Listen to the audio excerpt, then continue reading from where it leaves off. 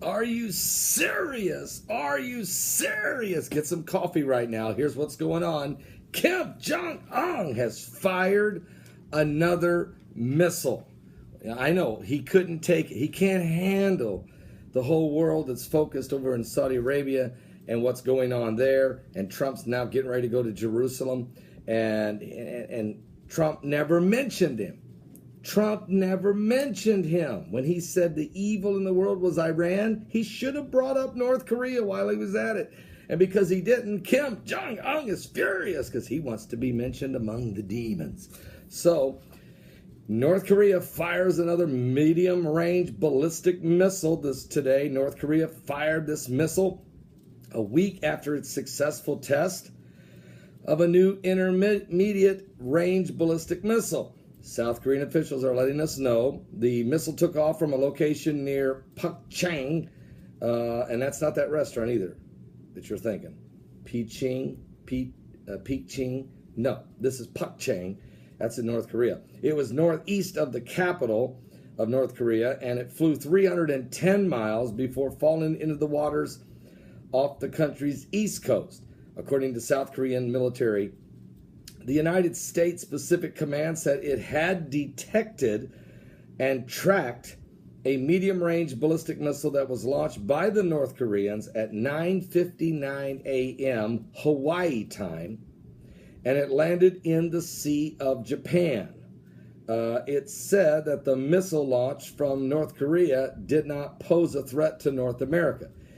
So at 10 o'clock Hawaii time, that would be about 3 o'clock, I guess. It's 5 hours, I think. So around 3 p.m. this afternoon, just a couple hours ago, the launch was made as President Trump, who has pressed China to rein in the nuclear ambitions of the North Korean leader, Kim Jong-un, is on his 9-day trip to the Middle East and Europe.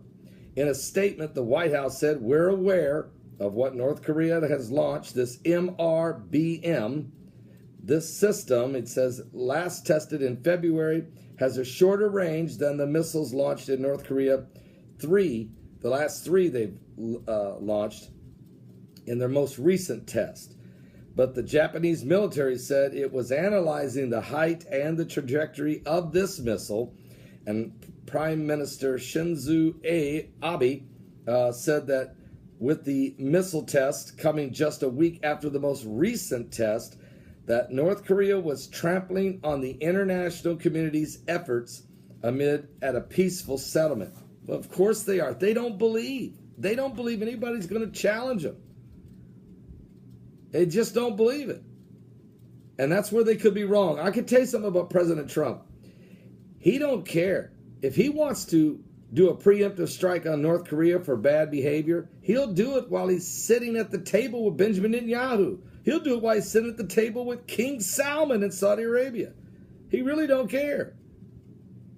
The guy knows how to multitask. Are you serious? He's already proven he don't care to drop the mother of all bombs on ISIS's head in Afghanistan, fire 59 Tomahawk missiles into Syria. He just don't care. Anyway, last Sunday, North Korea successfully launched what it called a new ballistic missile that can carry a large, heavy nuclear warhead. The ground-to-ground missile, known as the Hwasong-12, landed in the sea between the North and Japan near the Russian border. It angered President Trump, as well as from the newly elected president of South Korea, Moon Jae-in, and Japan's Prime Minister Abe. But the missile soared to an altitude of 1,312 miles before falling in open waters about 480 miles from its launching site. And it can carry a large nuclear warhead.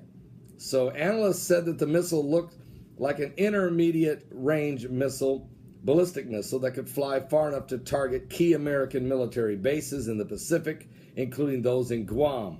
And the successful test drew keen attention in the region because it extended the range, indicated that the country has made progress toward building an intercontinental ballistic missile. Now, North Korea claimed later that the launch was in part to test the re-entry technology, which is needed to protect a warhead from the intense heat and vibration as a long-range missile crashes through the Earth's atmosphere. After the initial analysis of the flight data from the test on Sunday, South Korean military identified the missile as the Pukguksong-2. The North Koreans last tested the Pukguksong-2 back on February 12th, while President Trump was hosting Japanese Prime Minister Abe on an official visit. That missile flew 310 miles. So North Korea has said that the Pukguksong-2 could carry a nuclear payload, and the missile was also fired from a mobile launch vehicle instead of out of a silo, and used a solid fuel technology that experts say will make it easier for them to hide it, quicker to fuel it, and mobile to launch it. So although North Korea has vowed to develop the ability to attack the United States with nuclear warheads and has tested missiles that can reach throughout the Korean Peninsula and its vicinity, it has never tested a long-range missile that could fly across the Pacific Ocean all the way to the West Coast. Missile experts, though, say North Korea will be there very soon. Are you serious? Are you serious? Kim Jong-un? Or is his name Kim Jong-un? Or is it Kim Jong-doom? Is it Kim Jong-gloom? Could it be even Kim Jong-boom? Well, certainly he's mad. Trump didn't mention him in his speech today. He should have said Iran and North Korea. And because he didn't, North Korea says, we will show you we're dangerous. Give your life to Jesus Christ. The Bible said there'll be wars and rumors of wars. And folks, that's exactly what's going on. All of this. And let me just say something.